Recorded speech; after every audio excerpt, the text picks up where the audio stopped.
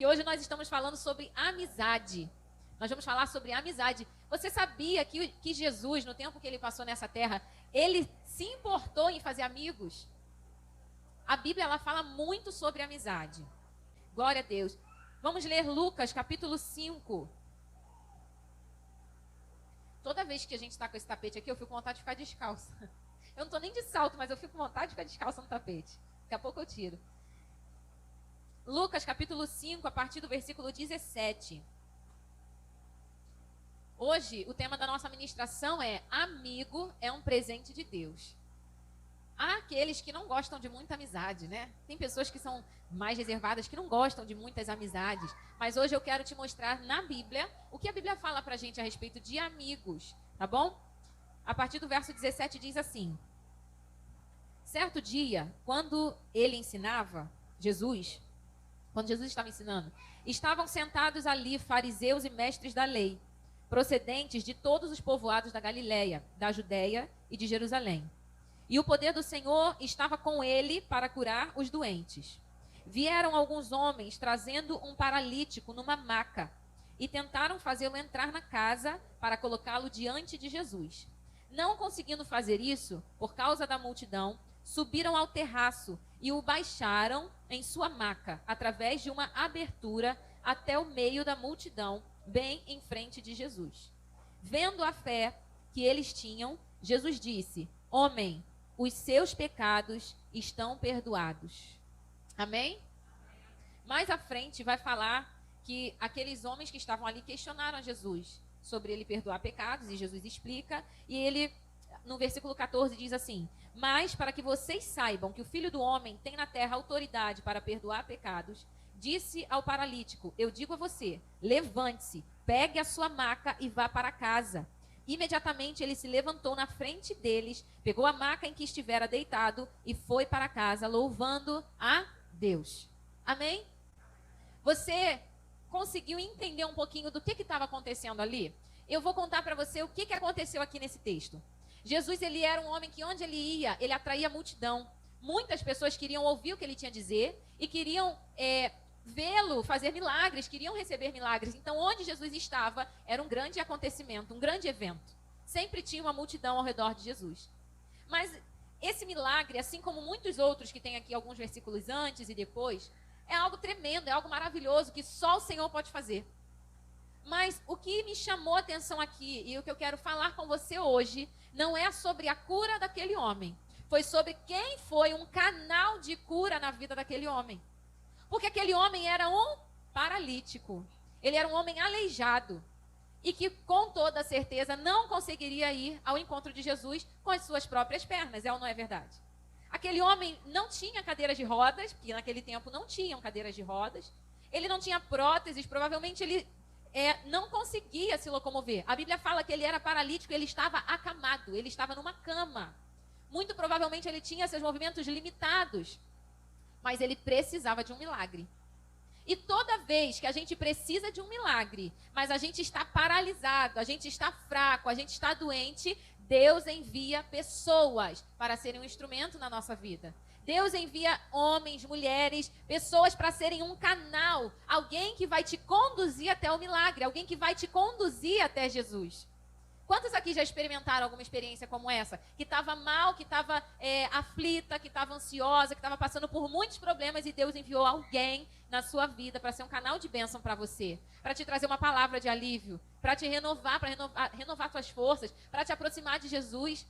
E aqueles homens, eles foram esses, fundamentais. E algo que me chama muita atenção é que quando Jesus vai realizar curas e milagres, ele usa a fé de quem está precisando do milagre, é ou não é?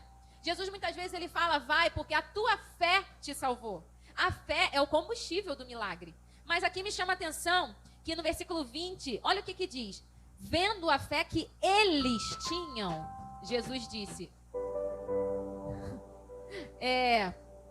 Vendo a fé que eles tinham. Ou seja, Jesus ali, ele não estava se utilizando apenas da fé daquele paralítico, mas a fé daqueles homens, daqueles amigos que estavam ali. Porque se eles foram capazes de ir na casa daquele homem, buscar ele com cama e tudo, carregar ele até onde Jesus estava, passar pela multidão, porque Jesus, a Bíblia relata que Jesus estava dentro de uma casa, com os fariseus, os mestres da lei, gente de todos os povoados. Ele estava dentro de uma casa, a casa devia estar lotada, e muito provavelmente o redor da casa também devia estar cheio, de curiosos, de pessoas que queriam ver, que queriam conhecer Jesus. E aqueles amigos, eles não eram amigos comuns. A Bíblia não fala exatamente amigos. A gente não sabe se eram talvez a família, parente, mas fala que alguns homens. Os homens foram fazer isso por ele. Eu acredito que muitos paralíticos daquele tempo não alcançaram cura porque não tinham amigos. Muitos homens cegos, mulheres cegos, aleijados, né? Pessoas que precisavam de um milagre talvez não tiveram alguém para levá-los até Jesus. Mas aquele homem tinha.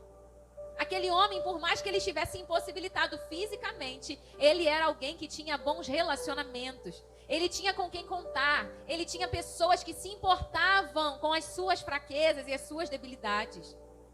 Às vezes nós temos amigos que se dizem amigos, mas que não se importam com as nossas debilidades, que não se importam com as nossas necessidades. Mas eu profetizo sobre a sua vida, mulher, que Deus vai enviar pessoas que se importam com as tuas necessidades, se importam com as tuas guerras, que estão ali, ó, na batalha junto com você. Porque amigo para o momento de festa a gente arruma um monte. Amigo para momento de alegria tem um montão. Marca um churrasco na tua casa e chama todo mundo para ver se não aparece.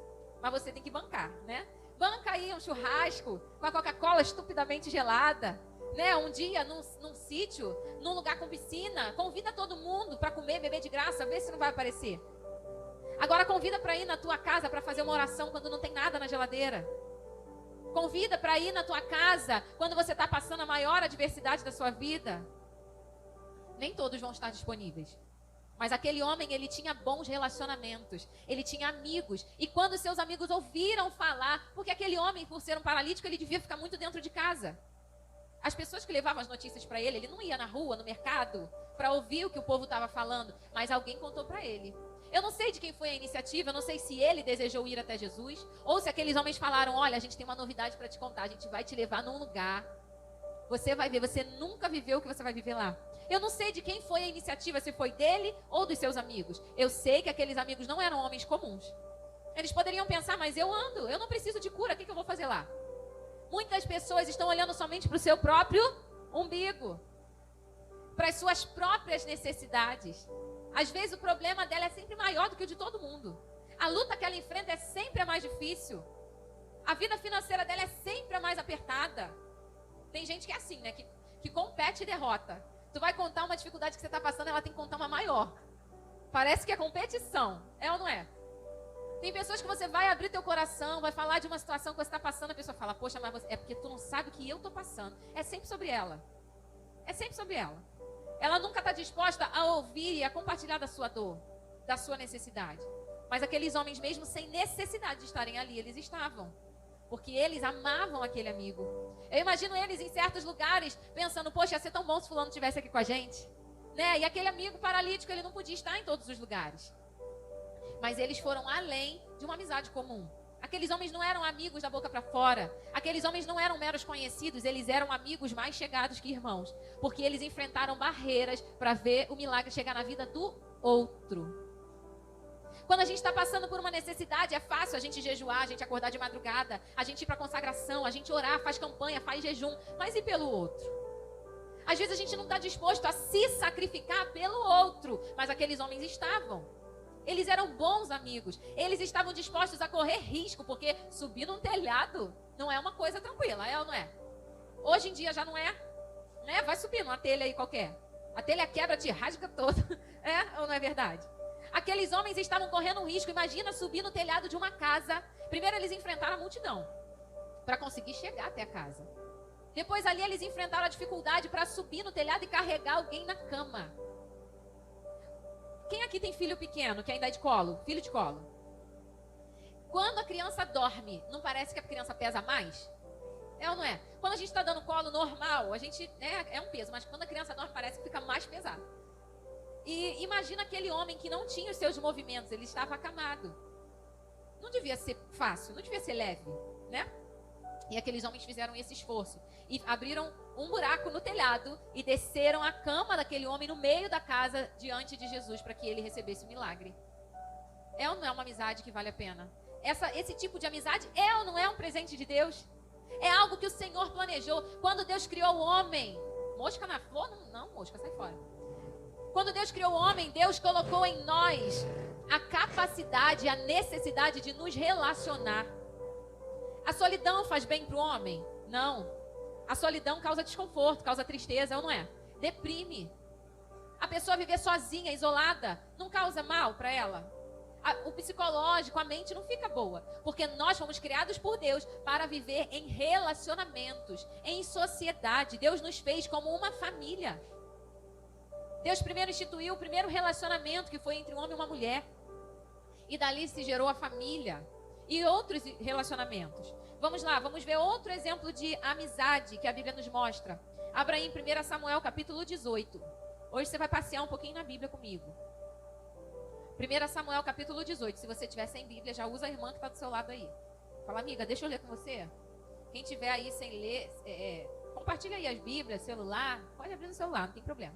1 Samuel 18, do 1 ao 4. Ou se você preferir, o Vinícius daqui a pouco bota ali.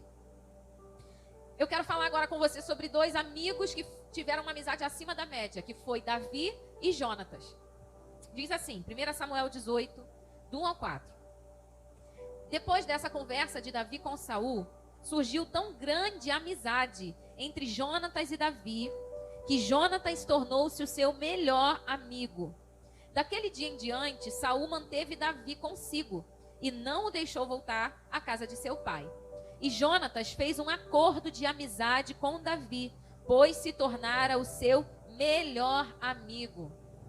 Gente, se amizade, se alianças não fossem coisas importantes, não estariam na Bíblia. Se não fossem coisas que Deus preza por amizades, por relacionamentos, não estaria detalhando esse tipo de situação. Qual o interesse de Deus de fazer a gente ler isso aqui? É para a gente aprender algo com isso. Aqui a Bíblia está dizendo que surgiu tão grande amizade entre Davi e Jonatas que eles se tornaram melhores amigos.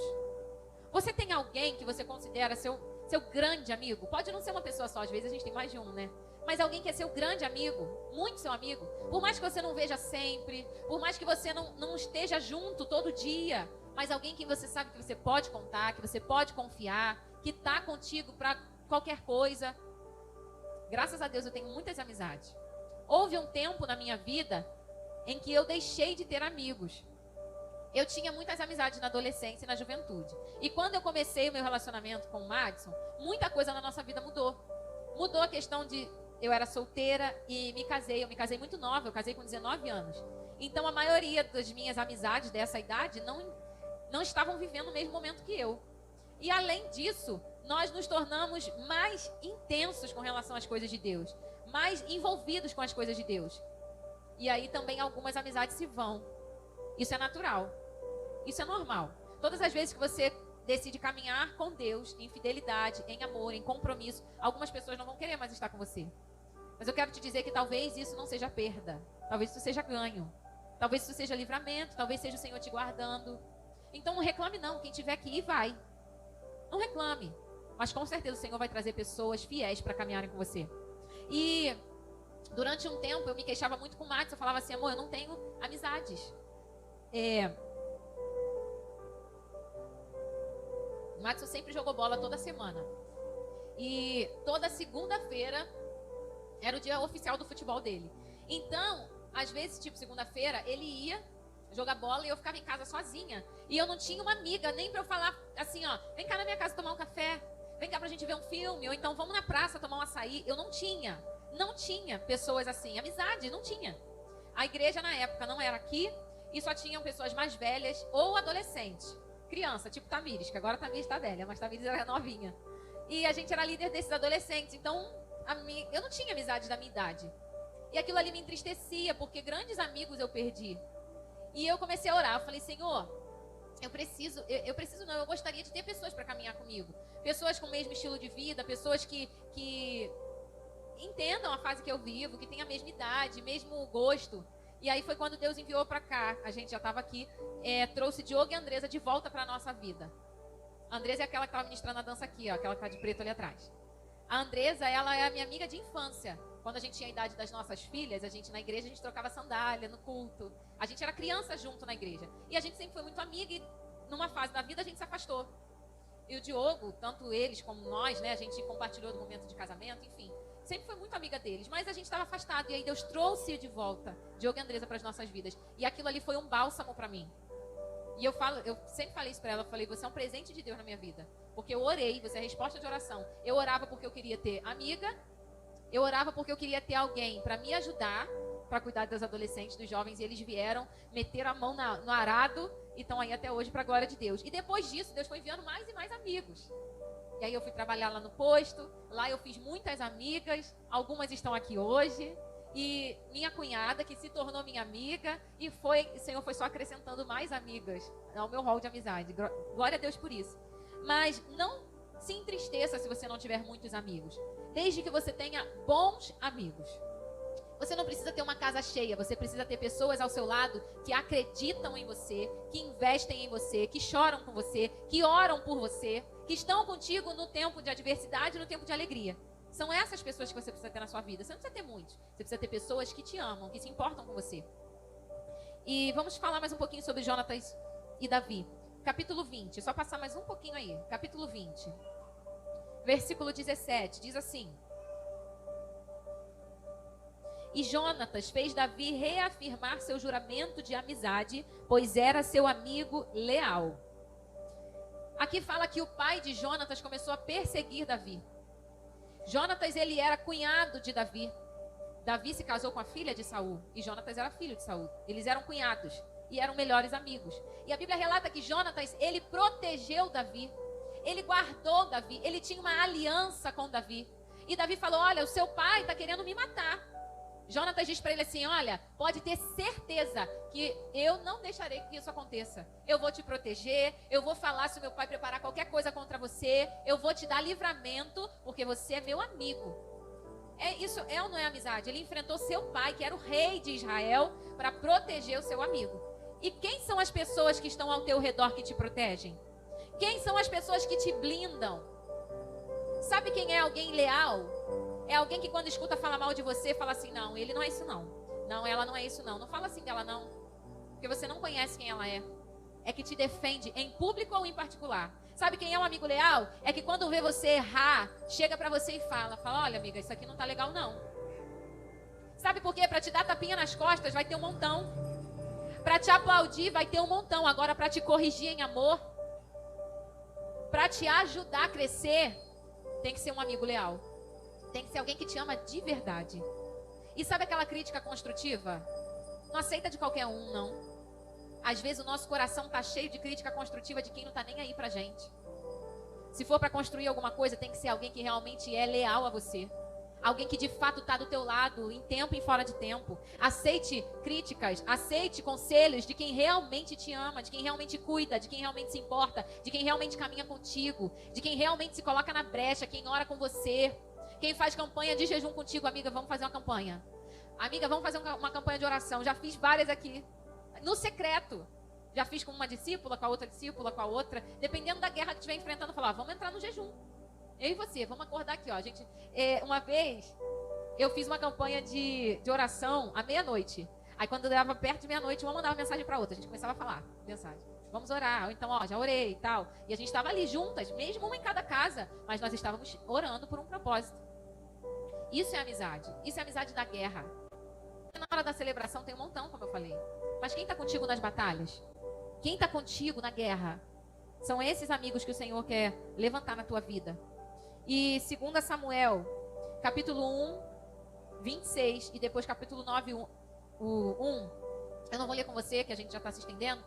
Mas Jonatas e Davi, eles fazem uma aliança. E Jonatas diz assim, Davi, eu queria que você jurasse, que você prometesse, que você nunca vai se esquecer da minha família. Que quando você tiver a oportunidade, quando você estiver reinando, você vai cuidar da minha família.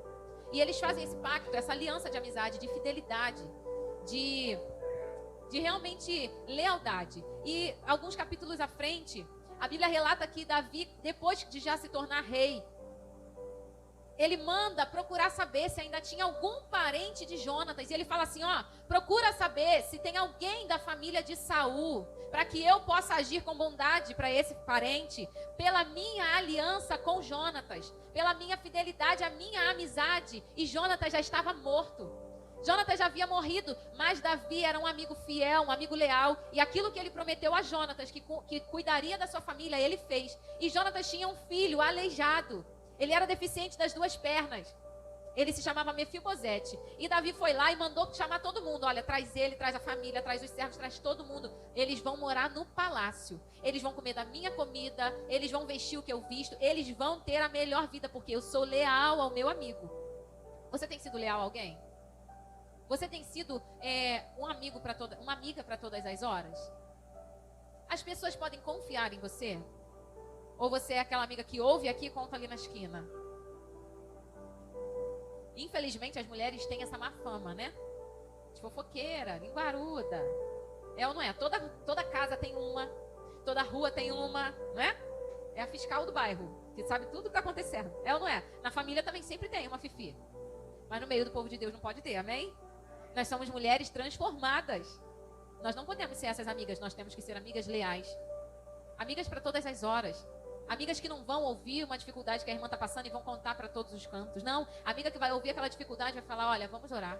Vamos buscar o Senhor porque o milagre vai acontecer. Amiga que está na guerra. Amiga que está na chuva para se molhar. Que fala, pode contar comigo. E é no momento da adversidade que a gente encontra quem são os nossos amigos. Nós precisamos buscar amizades assim, mas nós também precisamos ser essas amizades. Porque é muito fácil a gente querer esperar isso dos outros. É muito fácil a gente querer poder contar com o outro, mas alguém está podendo contar com você? Você está sendo essa amiga leal? Você está sendo essa amiga que quando a sua amiga está de resguardo, você vai lá fazer uma visita, leva um lanche, leva um bolo, vai lá, arruma a casa para ela, ajuda ela, fala, amiga, deixa que eu fico com o bebê para você, vai lá tomar um banho, vai lavar seu cabelo. Isso é fidelidade, isso é você se doar para o outro. Isso é só um exemplo, gente. Esse tipo de amizade, da pessoa tá doente, você fala, não, eu vou te ajudar, você precisa de medicamento, eu vou comprar para você, eu vou te levar ao médico, sabe? É se importar mesmo, é estar junto mesmo. Não é só mandar mensagem, postar homenagem no dia do aniversário, porque isso é muito lindo, muito bonito na rede social. Mas e no dia a dia, você tem sido uma boa amizade? Alguém que a pessoa, quando está passando por um problema, ela pensa assim, não, eu vou ligar para Jennifer, porque eu sei que eu posso contar com ela vai me ajudar, ela vai orar por mim. Será que a gente tem sido essas amizades? E eu quero te dar o último exemplo de amizade na Bíblia, que eu vou falar hoje, tem vários. Abre aí tua Bíblia no livro de Ruth, capítulo 1, do 7 ao 18. Eu não vou ler tudo com você, mas se você estiver anotando, anota. Ruth, capítulo 1, do 7 ao 18. A Bíblia conta essa história de uma sogra e uma nora. Noemi, ela era uma senhora. Ela tinha um marido, 2 filhos e 2 noras.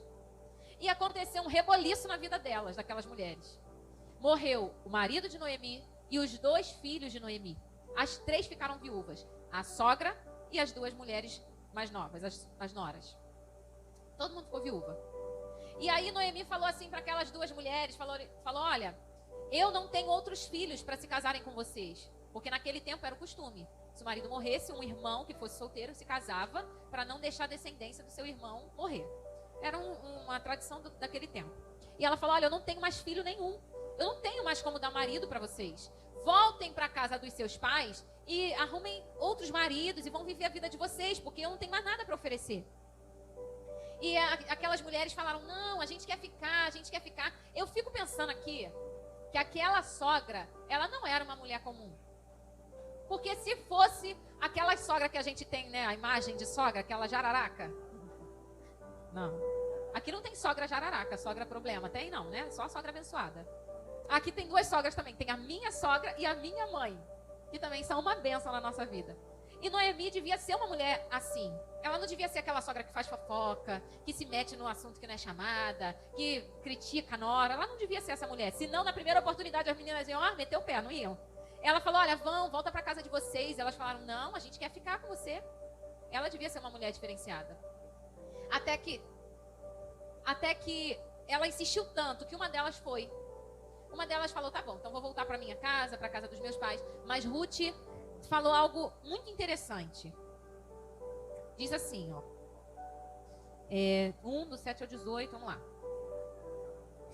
A partir do versículo 14, a partir do 14, diz assim: Elas então começaram a chorar alto de novo. Depois, Orfa, que era uma das noras, deu um beijo de despedida em sua sogra, mas Ruth ficou com ela. Então Noemi a aconselhou: Veja, sua concunhada está voltando para o seu povo e para o seu Deus. Volte com ela. Ruth, porém, respondeu: Não insistas comigo que te deixe e que não mais te acompanhe. Aonde fores, irei. Aonde ficares, ficarei. O teu povo será o meu povo e o teu Deus será o meu Deus. Onde morreres, morrerei, e ali serei sepultada. Que o Senhor me castigue com todo rigor, se outra coisa que não a morte me separe de ti. Quando Noemi viu que Ruth estava de fato decidida a acompanhá-la, não insistiu mais. Ruth, ela tinha uma aliança de fidelidade com a sua sogra, de companheirismo, de lealdade. Eu imagino, ela pensou: não, como que eu vou deixar minha sogra sozinha? Porque ela já não tinha mais filhos, ela já não tinha mais marido. Ela pensou: não, ela ainda tem a mim. Porque naquele tempo ela não era mais, não era mais família de Noemi, ela não tinha vínculo mais com Noemi. Ela não precisava, como eu falei, um amigo, ele, mesmo que ele não precise, ele faz. Como aqueles homens que não precisavam ir até Jesus, eles não precisavam de um milagre, eles foram por conta do milagre que o amigo precisou. Eles não estavam olhando só para eles mesmos. Ruth não estava olhando para as necessidades dela. Ela devia pensar: minha sogra já é idosa. Como ela vai conseguir trabalhar? Como ela vai conseguir se sustentar? Como ela vai conseguir viver sozinha? Depois de ter perdido tantas pessoas, ainda vai perder a mim? Ela tinha uma aliança de honra e de fidelidade com aquela sogra. Só que Ruth, ela não sabia que tudo que a gente planta, a gente colhe. É ou não é verdade? Toda fidelidade que você planta, você vai colher. Toda honra que você planta, você vai colher. Todo amor que você dedica às pessoas, você vai colher. Às vezes a gente acha que a gente está fazendo pelo outro e não está sendo reconhecido. Creia que mesmo que aquela pessoa não reconheça, você vai colher. E quem te garante a colheita não é o amigo que você ajudou, não é o parente que você ajudou, é o Senhor. Porque quando você planta, você está fazendo algo espiritual. Quando você está semeando coisas boas, por mais que aquela pessoa não te agradeça, por mais que ela não te retribua à altura, por mais que você pense que você não está sendo reconhecido: poxa, eu ajudei tanto fulano, fulano foi tão ingrato comigo. Poxa, eu fiz tanto por fulano, fulana me traiu, falou mal de mim, vira as costas para mim, nem fala mais comigo. Não pense que a sua colheita, que a sua semeadura foi em vão. A seu tempo você vai colher. Pode crer nisso, pode ter certeza. Por mais que não seja pelas mãos daquela pessoa, você vai colher. E Ruth, ela colheu. Diz aqui, ó, no capítulo 4 de Ruth, diz assim, a partir do 13: Boaz casou-se com Ruth, e ela se tornou sua mulher. Boaz a possuiu, e o Senhor concedeu que ela engravidasse dele e desse à luz um filho. As mulheres disseram a Noemi era a ex-sogra de Ruth, ela não era parente de Ruth mais. As mulheres disseram a Noemi: Louvado seja o Senhor, que hoje não a deixou sem resgatador, que o seu nome seja celebrado em Israel.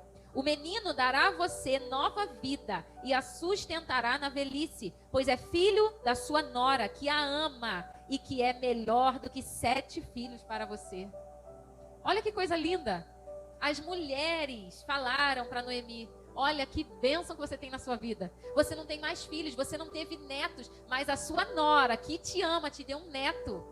E essa criança, ela vai te dar nova vida, vai te sustentar na velhice, pois é filho da sua nora, que a ama e que é melhor do que 7 filhos para você.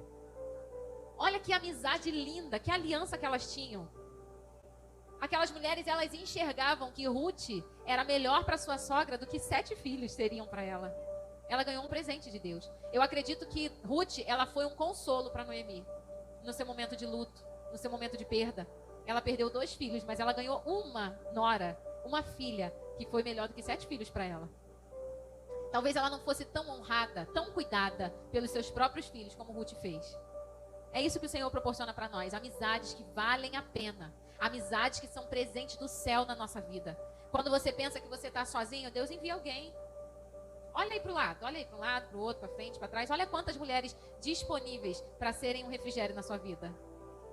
Quantas aqui tem uma líder de célula, tem uma amiga de célula, tem uma discipuladora, tem uma líder de ministério, alguém que cuida, que ama, que está do teu lado. Olha como Deus é amoroso conosco.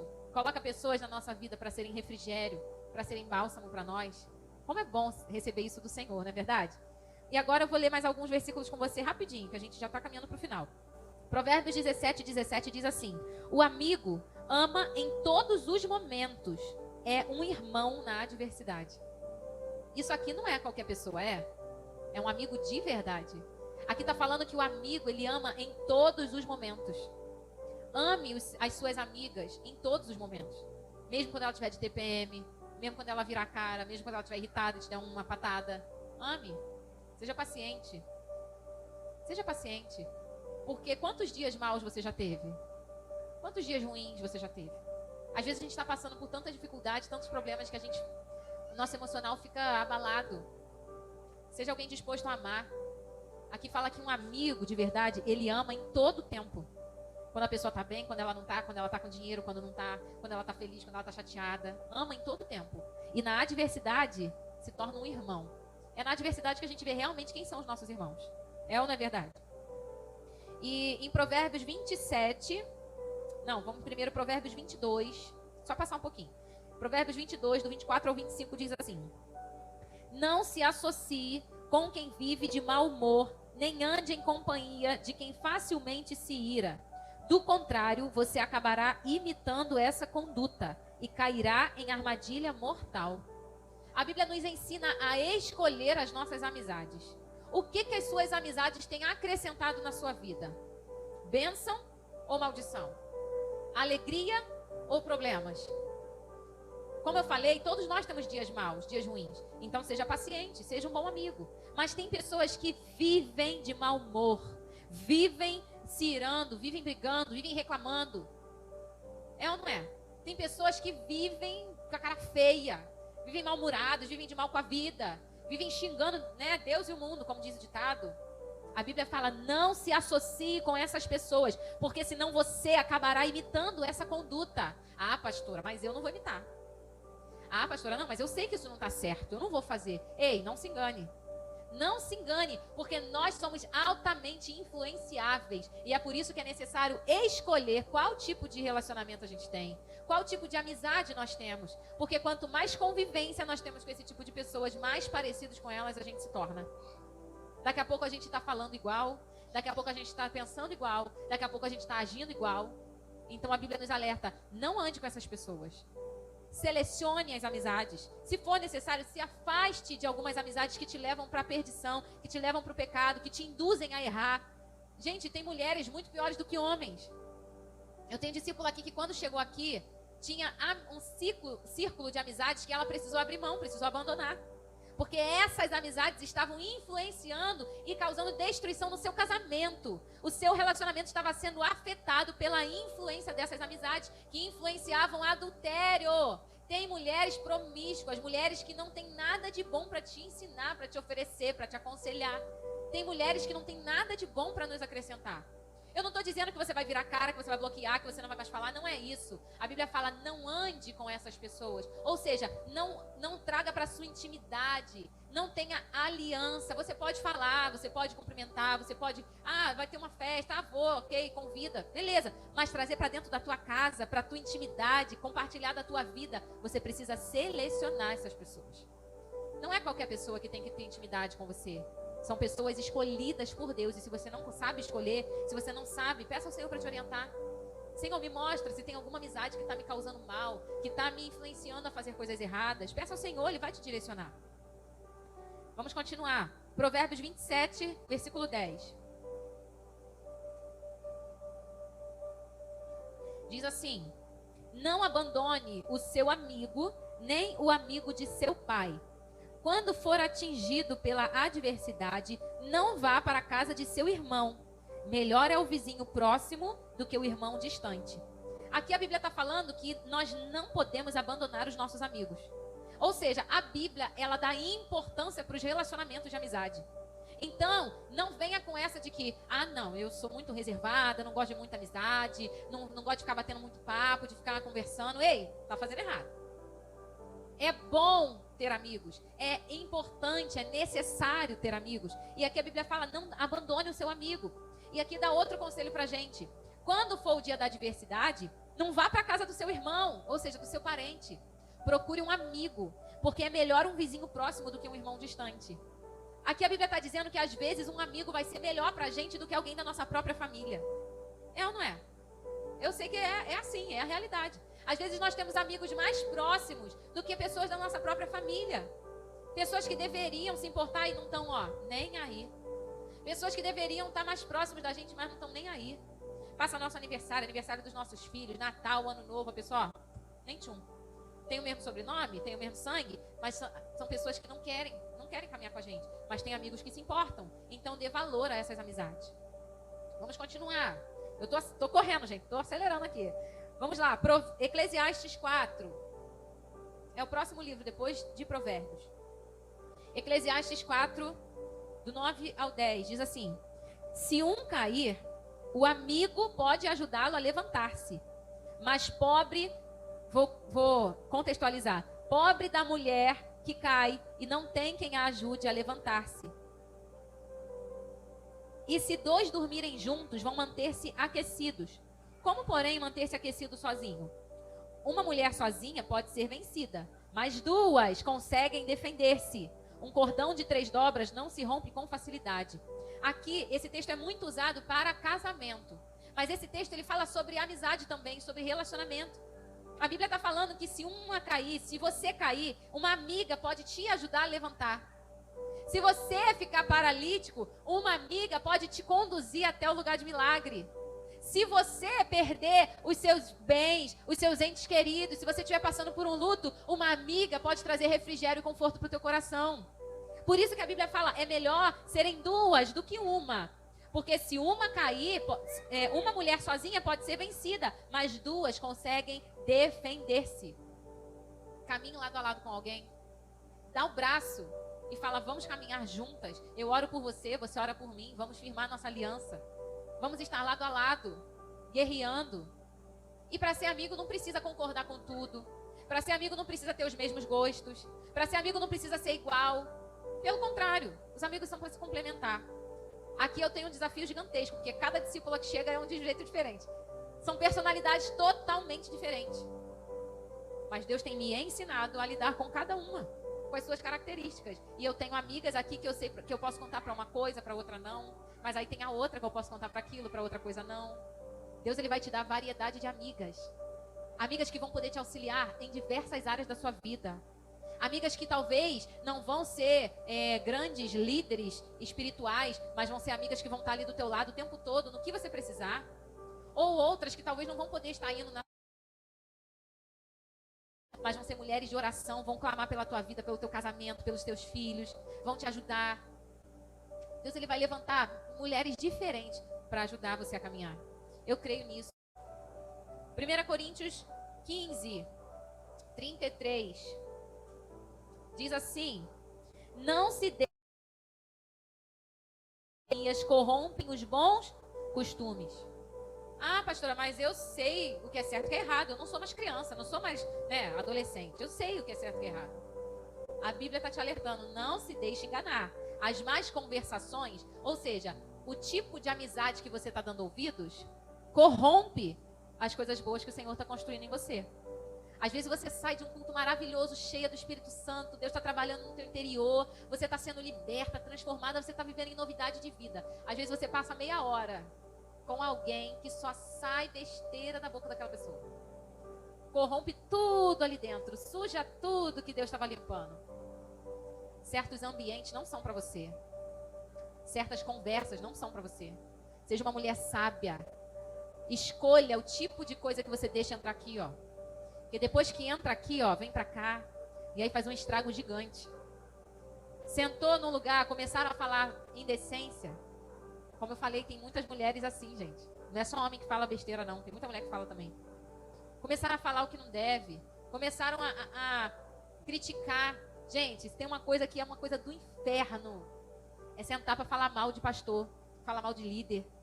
É se reunir para começar a criticar o líder da célula, para criticar o líder do ministério. Gente, isso é algo muito do inferno.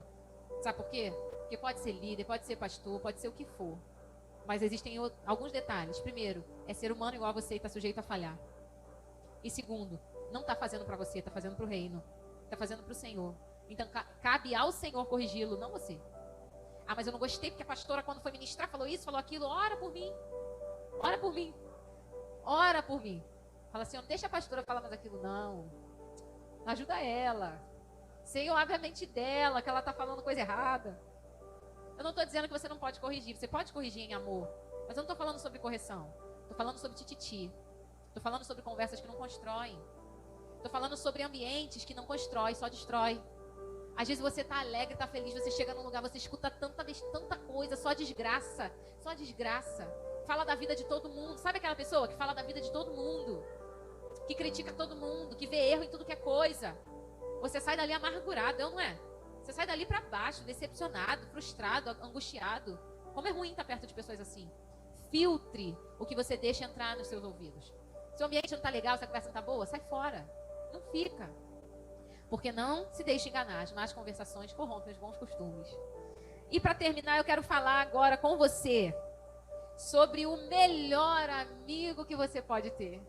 E ele se chama Jesus Cristo. Jesus, ele nos presenteou e ele nos presenteia com amizades aqui nessa terra.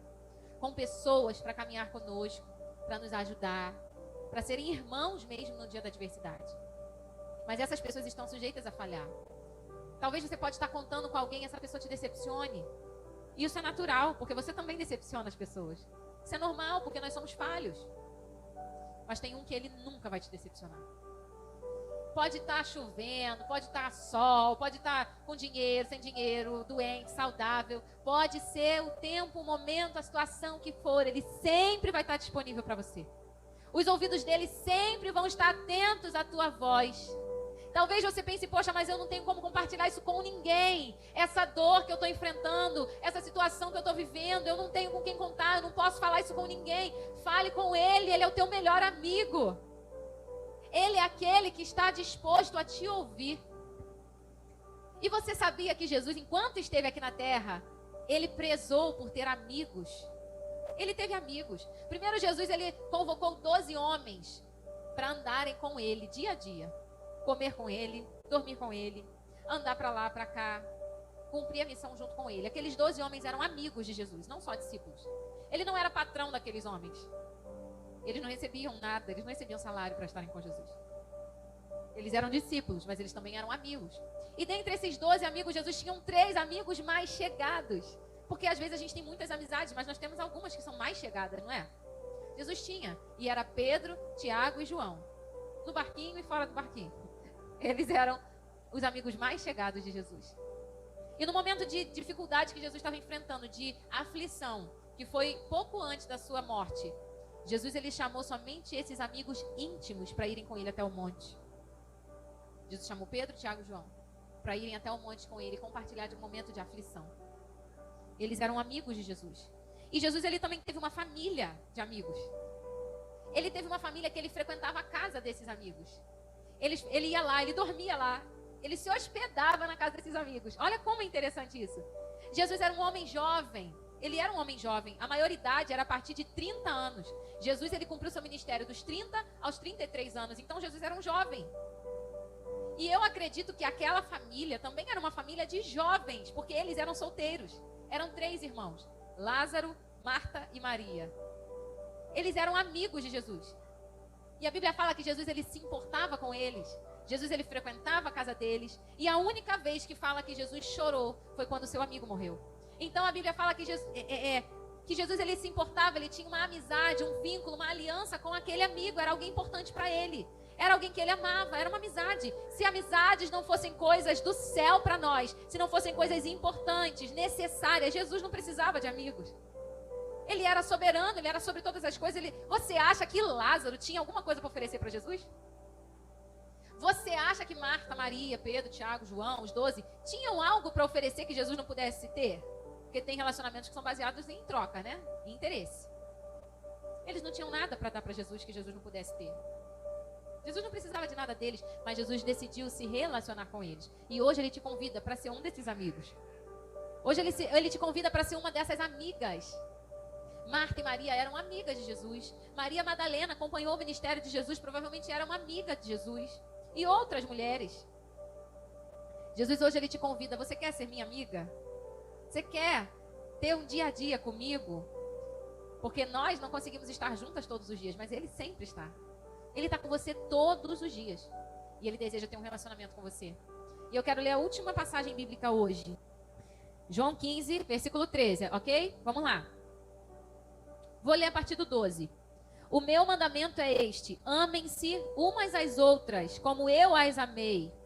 Ninguém tem maior amor do que aquele que dá a sua vida pelos seus amigos. Jesus, ele deu a vida por quem? Fala, por mim. Então você é essa amiga aqui que Jesus está falando. Ninguém tem maior amor do que ele. Ninguém te ama mais do que ele, que deu a sua vida por você. Versículo 14. Vocês serão minhas amigas se fizerem o que eu ordeno. Já não chamo vocês de servas, porque a serva, o servo, não sabe o que o seu senhor faz. Em vez disso, eu as tenho chamado amigas, porque tudo o que ouvi de meu Pai, eu tornei conhecido a vocês. Jesus está dizendo assim, olha, vocês estão sendo convidadas a um relacionamento. Eu não quero mais chamar vocês de servas, eu quero chamar vocês de amigas. Eu estou trazendo vocês para a intimidade. Eu estou trazendo vocês para um relacionamento. E Jesus te convida hoje, você quer de verdade ter um relacionamento, uma aliança de fidelidade, de lealdade, de amor, de honra com Jesus? É esse o desejo do teu coração nessa noite? Viver uma aliança com Ele e deixar isso transbordar para os seus outros relacionamentos?